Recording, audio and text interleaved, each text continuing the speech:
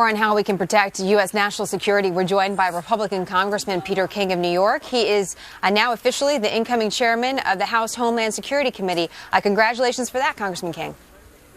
Thank you very much. I appreciate it. Looking forward to it. Let's talk about your new role and what's ahead for national security, because this Wikileaks issue has brought up some vulnerability, it seems, in not only our national security, but maybe even some of the laws that protect our country. How do you go on the offensive as chairman of the Homeland Security Committee? Well, first thing is we have to have the administration show a greater sense of urgency. They've known for at least 6 months now that this was going to be happening. It happened last summer, and it was just a matter of time before the second shoe dropped, and yet they've really been caught off guard. And I think we have to show we're serious about it. The Attorney General should have begun a prosecution for violation of the Espionage Act going back months ago. Senator Lieberman and I are introducing legislation which will, I believe, strengthen the Espionage Act as far as future leaks are concerned. But the main thing is that the administration, again, the urgency is not there, and even right now, unfortunately, we are still vulnerable to many more leaks of this type coming out because there's not enough safeguards in place. So we have to realize that cyber attacks are going to be a major part of the war of this century. It's going to be either utilized directly or indirectly by our enemies, and we have to be taking stronger action. And again, I just don't see the Attorney General showing the type of urgency or intensity that's needed. Well, let's talk about that amendment to the Espionage Act that you just mentioned. Are you offering that amendment because the Espionage Act, as it stands right now, the 1917 Act, is not strong enough to go after the founder of Wikileaks, Julian Assange? Is that why you need the amendment, or is this preventative for other situations that you see arising in the future? I think the way the law is drafted right now is strong enough. This just makes it stronger. It adds another element, and it makes clear that we're talking about protecting sources that we have, intelligence sources overseas who are assisting the U.S. This makes it clear that it applies to protecting them. But no, I think right now, yeah, I'm sorry. I'm sorry to interrupt you. So if it is clear that it does cover what we're dealing with right now, what do you think is holding back the Justice Department from moving forward? You know, I can't figure it out. All I can think is that, without getting into psychobabble, is that this is an administration whose leaders probably grew up admiring Daniel Ellsberg, admiring the release of the Pentagon Papers, and it's just not in their DNA to be going after or prosecuting those who are leaking government papers. They realize they have to do it, but they're really not enthused about doing it. For instance, it seemed in a matter of moments they brought a lawsuit against Arizona for its immigration law.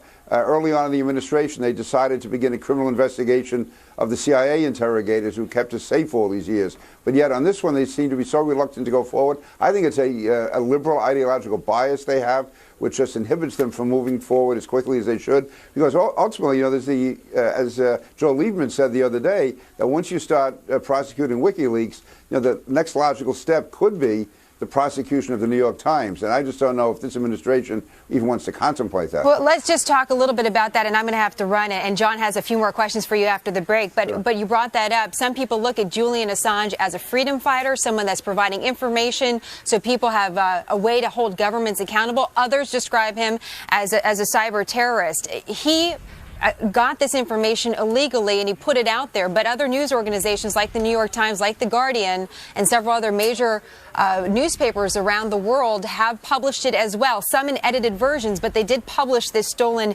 information. How do you go after him and not go after them?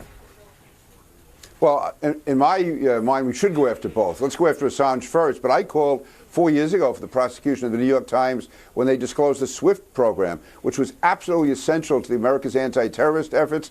It caused great harm to the war against terrorism, and yet the New York Times went ahead, put it on the front page. It was totally irresponsible. Same what they did with Pfizer. Now, and, you know, going back to the Pentagon Papers case, in that case, I believe 5 of the judges said that even though you cannot stop a newspaper from publishing this material, there's no reason why they cannot be prosecuted for violating the Espionage Act.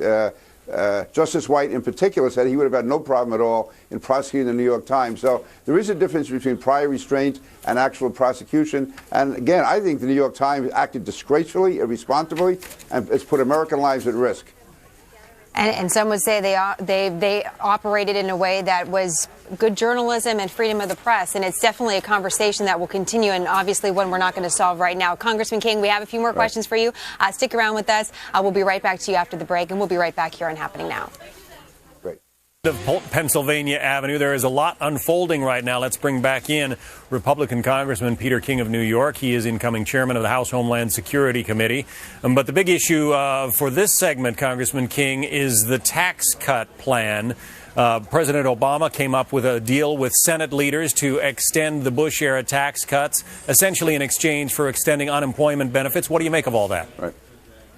I thought it was a very good compromise. I give the president credit for coming forward. I give the Republican leadership credit for, again, working a deal that's in the best interest of all the American people. No one got all they wanted. Some of us gave up more than we wanted to give up. But the fact is, it's a very, very common sense deal and agreement. And I think it's irresponsible of the House and Senate Democrats to be undercutting the president of their own party, the president of their country, at a time like this when American businesses and American people want some type of certainty. And it's obvious to me they did not learn the lessons of the last election. They lost because they were too liberal, but now they're more liberal than ever. If the president is taking heat from liberals as well as some conservatives, does it seem that, maybe he's done something right by sort of making the middle happy?